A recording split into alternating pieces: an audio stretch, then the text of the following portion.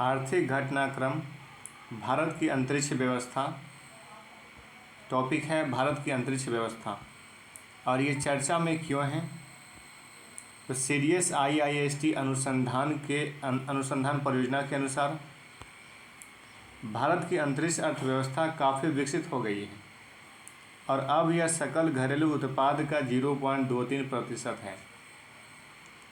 Serious IIST अनुसंधान परियोजना के अनुसार बताया जा रहा है कि जो भारत की अंतरिक्ष अर्थव्यवस्था है वो विकसित हो गई है और यह GDP का लगभग कितना है, 0.23% है। इसलिए ये टॉपिक चर्चा में आया। इस टॉपिक का सबसे पहले हम लोग प्रश्न देख लेते हैं। चलिए प्रश्न निकालिए, सबसे लास्ट में होगा। क्वेश्चन है, अंतरिक्ष अर्थव्यवस्था क्या है? अंतरिक्ष अर्थव्यवस्था क्या है? भारत द्वारा अंतरिक्ष अर्थव्यवस्था को बढ़ावा देने के लिए उठाए गए कदम तथा भारत में इससे संबंधित मुद्दों पर चर्चा कीजिए। ये प्रश्न है। इस प्रश्न को टारगेट करना है और इस प्रश्न के अनुसार टॉपिक को पढ़ना है। तो सबसे पहले अंतरिक्ष अर्थव्यवस्था क्या है, इसके बारे में लिखना रहेगा। इसमें भारत द्वारा अंतरिक्ष अर्थव्यवस्था को बढ़ावा देने के लिए उठाए गए कदम, इसके बारे में लिखना है तथा भारत में इससे संबंधित मुद्दों पर चर्चा करना है। प्रश्न का 3 पार्ट है। अंतरिक्ष व्यवस्था क्या है और अंतरिक्ष अर्थव्यवस्था को बढ़ावा देने के लिए सरकार के द्वारा उठाए गए कदम क्या है और भारत में इससे संबंधित मुद्दा क्या है। चलिए अब टॉपिक के पास चलते हैं।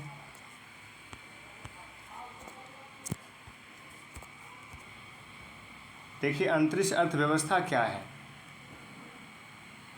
अंतरिक्ष अर्थव्यवस्था जो टॉपिक में सब हेडलाइन है वहाँ देखिए।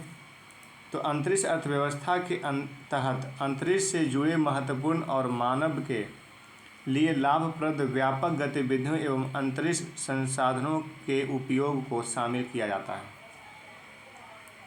अंतरिक्ष व्यवस्था के तहत अंतरिक्ष से जुड़े महत्वपूर्ण और मानव के लिए लाभप्रद व्यापक गतिविधियों एवं अंतरिक्ष संसाधनों के उपयोग को शामिल किया जाता है।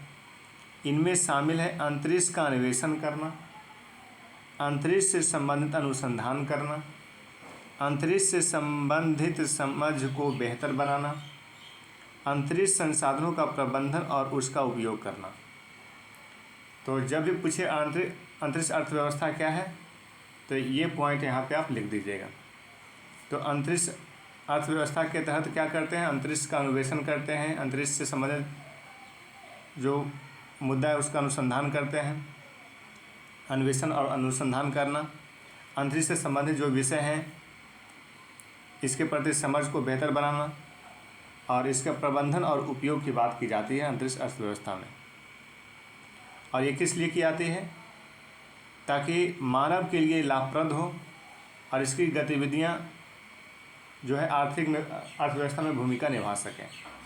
इसे क्या कहा जाता है? अंतरिक्ष अर्थव्यवस्था। आगे देखिए।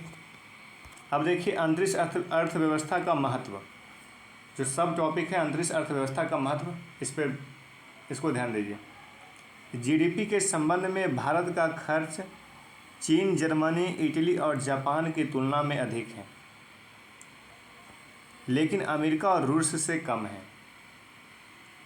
तो GDP के संबंध में भारत का जो खर्च है वो चीन, जर्मनी, इटली और जापान की तुलना में अधिक है। मतलब चीन से भी ज़्यादा अंतरिक्ष के मामले में खर्च करता है भारत, जर्मनी, इटली और जापान से भी ज़्यादा खर्च करता है भारत, लेकिन अमेरिका और रूस से कम खर्च करता है। तो अंतरिक्ष अर्थव्यवस्था में भारत क्या महत्व रखता है यहाँ इसके खर्च से पता चल सकता है। आगे देखिए। वर्ष 2021 में 100 में से 47 अंतरिक्ष स्टार्टअप। वर्ष 2022 में जारी आर्थिक सर्वेक्षण से पता चला है कि पिछले वर्ष अंतरिक्ष उद्योग में स्टार्टअप की संख्या लगभग दोगुनी हो गई है। अंतरिक्ष उद्योग में स्टार्टअप की संख्या बढ़ रही है, दोगुनी हो गई है। भारत में कुल 100 अंतरिक्ष स्टार्टअप में से लगभग 47 को वर्ष 2021 में शुरू किया गया था, जो कि वर्ष 2020 से 21 अधिक है। मतलब 2021 की बात की जा रही है कि 100 में से जो अब तक 100 स्टार्टअप हो चुके हैं अंतरिक्ष के, अंतरिक्ष उद्योग में, और उसमें से 47 स्टार्टअप शुरू हो गया था 2021 में, और अब तक 100 हो चुके हैं। तो इसके वर्ष 2021 में 100 में से 47 स्टार्टअप हो चुके हैं। और ये आर्थिक सर्वेक्षण जो 2022 है, इससे यह पता चलता है कि अंतरिक्ष उद्योग में स्टार्टअप की संख्या लगभग दोगुनी हो चुकी है। 47 था और ये 100 हो चुका है, यानी 50 गुना 100 दोगुनी हो चुकी है। तो भारत में जो अंतरिक्ष उद्योग का क्या महत्व है, इससे पता चलता है, इसके स्टार्टअप के दुगना होने से और भारत के द्वारा अंतरिक्ष उद्योग पर खर्च करने से। क्योंकि चीन से भी ज़्यादा खर्च करता है भारत, जापान और जर्मनी से भी ज़्यादा खर्च कर रहा है भारत, लेकिन अमेरिका और रूस से कम खर्च कर रहा है भारत। किस मामले में? तो अंतरिक्ष के मामले में। ठीक है। भारत की अंतरिक्ष अर्थव्यवस्था से संबंधित मुद्दे। तो ये जो पहला पॉइंट है इसको छोड़िए, दूसरा पॉइंट आइए बाधाएं में। जो मुद्दा है, तो इसरो के पास नागरिक, वाणिज्यिक ज़रूरतों और सैन्य आवश्यकताओं को पूरा करने के लिए काफ़ी अधिक उपग्रहों को लॉन्च करने में वैज्ञानिक, तकनीकी, बुनियादी ढांचा और बजट संबंधी बाधाएं हैं। बाधा क्या है? तो इसरो के पास नागरिक, वाणिज्यिक ज़रूरतों समझते हैं, और सैन्य आवश्यकताओं को पूरा करने के लिए काफ़ी अधिक उपग्रहों को लॉन्च करने में वैज्ञानिक, तकनीकी, बुनियादी ढांचे और बजट संबंधी बाधाएं, मतलब ये सब की कमी अभी भी दिखाई पड़ रही है। इसरो के पास तकनीकी क्षमता और जनशक्ति दोनों की कमी है। तो तकनीक की भी कमी है और जनशक्ति की भी कमी है। जनशक्ति जैसे वैज्ञानिक इत्यादि, जो इसकी उत्पादन शक्ति को पर बाधा डालते हैं। यानी कि तकनीकी क्षमता की कमी है, जनशक्ति की कमी है, बजट संबंधी समस्याएं हैं।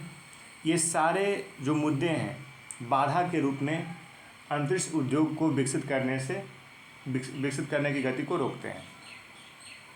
तो मुद्दा पूछेगा तो मुद्दा यही बता दीजिएगा, बाधाएं, जिसमें तकनीकी कमी, बुनियादी ढांचा, बजट संबंधी बाधाएं, तकनीकी क्षमता का कम होना, जनशक्ति इत्यादि का कमी है। आगे देखिए, वैश्विक स्तर पर प्रतिस्पर्धा। विशेष रूप से छोटे उपग्रहों के प्रक्षेपण के लिए जो एक विस्तारित बाजार है। एलन मस्क के स्वामित्व वाले स्पेस एक्स फाल्कन 9 को व्यापक रूप से इसरो के कार्य क्षेत्र ध्रुवीय उपग्रह प्रक्षेपण यान PSLV के लिए एक संभावित गंभीर खतरा माना जाता है। तो यहाँ पे आपका कहा जा रहा है वैश्विक स्तर पर प्रतिस्पर्धा है, जिसमें से एलन मस्क के जो स्वामित्व वाले कंपनी है, एलन मस्क का कंपनी का नाम क्या है? स्पेस एक्स फाल्कन 9, और इसका व्यापक रूप से दबदबा है वैश्विक बाजार में, और ये एक प्रतिस्पर्धा का सामना करना पड़ेगा किसको? इसरो को। तो ये गंभीर मुद्दा माना जाता है प्रतिस्पर्धा का होना यहाँ पर। चलिए, भारत द्वारा अंतरिक्ष अर्थव्यवस्था को बढ़ावा देने के लिए उठाए गए कदम। अब भारत कौन कौन सा कदम उठाया है अंतरिक्ष अर्थव्यवस्था को बढ़ावा देने के लिए? तो भारतीय राष्ट्रीय अंतरिक्ष संवर्धन और प्राधिकरण केंद्र, इसको Indian National Space Promotion and Authorisation Centre IN space, यह अंतरिक्ष विभाग के तहत गठित एक स्वतंत्र नोडल एजेंसी है। इसका कार्य अंतरिक्ष संबंधी गतिविधियों को अनुमति प्रदान करना है। जो IN स्पेस है, IN स्पेस, इसका कार्य क्या है? अंतरिक्ष संबंधी गतिविधियों को अनुमति देता है। New space India limited NSIL, तो NSIL क्या है? इसकी स्थापना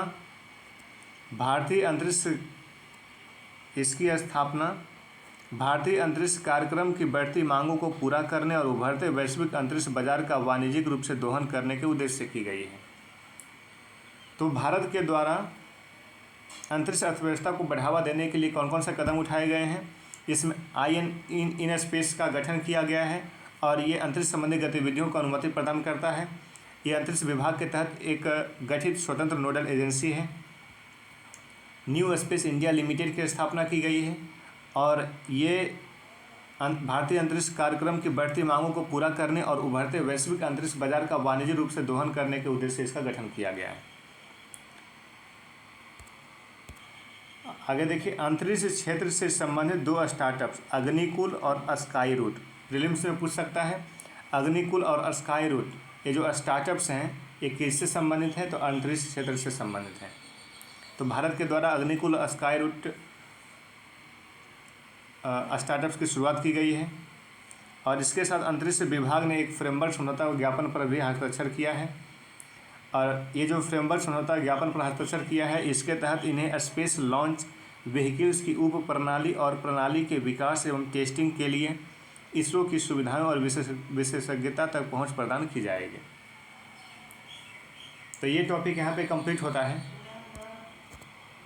अब इसका प्रश्न आप लोग देख सकते हैं। प्रश्न क्या है? अंतरिक्ष अर्थव्यवस्था क्या है? तो अंतरिक्ष अर्थव्यवस्था के बारे में लिख दीजिएगा जो आपको बताया गया है। भारत द्वारा अंतरिक्ष अर्थव्यवस्था को बढ़ावा देने के लिए उठाए गए कदम तथा भारत में इससे संबंधित मुद्दों पर चर्चा कीजिए। तो अंतरिक्ष अर्थव्यवस्था के बारे में लिख दीजिएगा और इसके द्वारा इसके अर्थव्यवस्था को बढ़ावा देने के लिए भारत के द्वारा क्या कदम उठाए गए हैं और इससे संबंधित मुद्दों पर चर्चा कीजिए। तो ये टॉपिक यहाँ पर आपका लास्ट होता है। मिलते हैं अगले टॉपिक के साथ। ओके।